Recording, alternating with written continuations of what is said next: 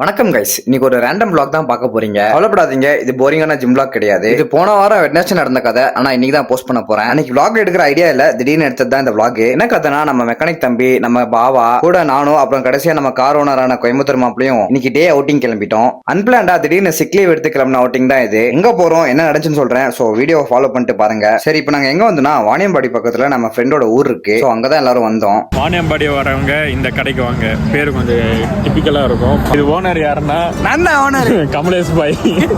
ஓனர்லாம் இல்லைங்க, சும்மா கண்டென்ட்டுக்காக சொல்றான். வாணியம்பாடியில இருந்து ஒரு 20 கிலோமீட்டர்ஸ் தான் அவங்க ஊரு. போய் பார்த்தா எங்களுக்காக மாம்பழம் எல்லாம் பக்கத்து தோட்டத்துல இருந்து ஆட்டையை போட்டு வச்சிருக்கான். மருந்து போனாதான் மாம்பழம். சரி, நாங்க இப்ப எதுக்கு இங்க வந்தோம்னா, எதுக்கும் இல்ல, சும்மா தான் வந்தோம். இவன் மாசத்துக்கு ஒரு வாரம் இங்க வந்து அட்டி போட்டுறான். கேட்டா காத்தே இயற்கை நிம்மதியான வாழ்க்கைன்னு சொல்றான். சரி, நாங்களும் ஒரு 6 மாசத்துக்கு ஒன்ஸ் வரோம்ட்டு இதோட 3வது டைம் வரும். நான் சுட்ட பூரி தான் காலையில பிரேக்ஃபாஸ்ட் சாப்பிடணும்ட்டு ரொம்ப அடம் பிடிச்சதுனால ஆளுக்கு ஒரு 5 பூரியா சாப்பிட்டோம். சாப்பிட்டதுக்கு அப்புறம் செம்ம தூக்கம். ஏன்னா காலையில 5 மணிக்கே இருந்துச்சு நான் ஜிம் போயிட்டு வந்தேன். சரி, வந்தது எதுக்கு நம்ம தூங்கவா, சரி ஊர் சுத்தலாம் நாங்க எல்லாம் கிளம்பிட்டோம். இப்போ எங்க வந்தோம்னா, கோழி பண்ணைக்கு தான் வந்தோம். சரி, நாட்டுக்கோழி பண்ணைக்கு தான் வந்திருக்கும்னு பார்த்தா இது சண்டை கோழியா இருக்கு.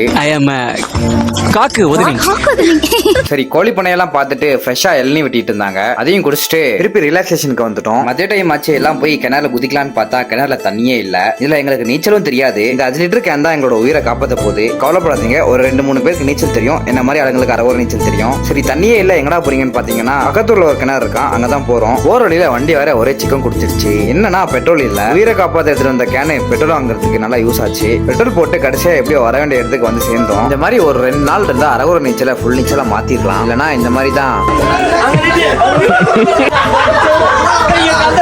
கொஞ்சம் ஸ்ட்ரகிள் பண்ண வேண்டியதா இருக்கும். காலையில ஜிம்மும் பண்ணிட்டு இங்க ஸ்விம்மிங்கும் பண்ணிட்டு பாடி வேற செம்ம டயர்டு, பசி வேற ரொம்ப எடுத்துச்சு. வர வழியில ஒரு பேக்கரிக்கு போயிட்டு ஸ்நாக்ஸ் எல்லாம் சாப்பிட போலாம்னு பார்த்தா ரூம்ல திருப்பி பிளாட். என்ன விஷயம்னா, நம்ம பாவா மட்டும் லீவ் போடல. உனக்கு கொஞ்சம் வேலை இருந்ததுனால அதை முடிச்சுட்டு எல்லாரும் சாப்பிட கிளம்பிட்டோம். ஒரு 2 வாரம் நல்லா கிளீனா சாப்பிட்டுட்டு இருந்தேன். ஆனா இன்னைக்கு அது வேற வழி இல்ல. இந்த மாதிரி வெளியே வரப்போ அப்பப்போ சாப்பிட்டு தான் ஆகணும். திருப்பி நாளைக்குல இருந்து டயட்டை பிடிச்சிக்கலான்னு பினிஷிங் டச்சா ஒரு ஜிகிர்தண்டா போட்டு முடிச்சாச்சு. சரி நண்பர்களே, இன்னொரு நாள் இன்னொரு ரேண்டம் vlogல சந்திக்கலாம். அதுவரை இத்துடன் விடைபெறுகிறேன். நன்றி, வணக்கம்.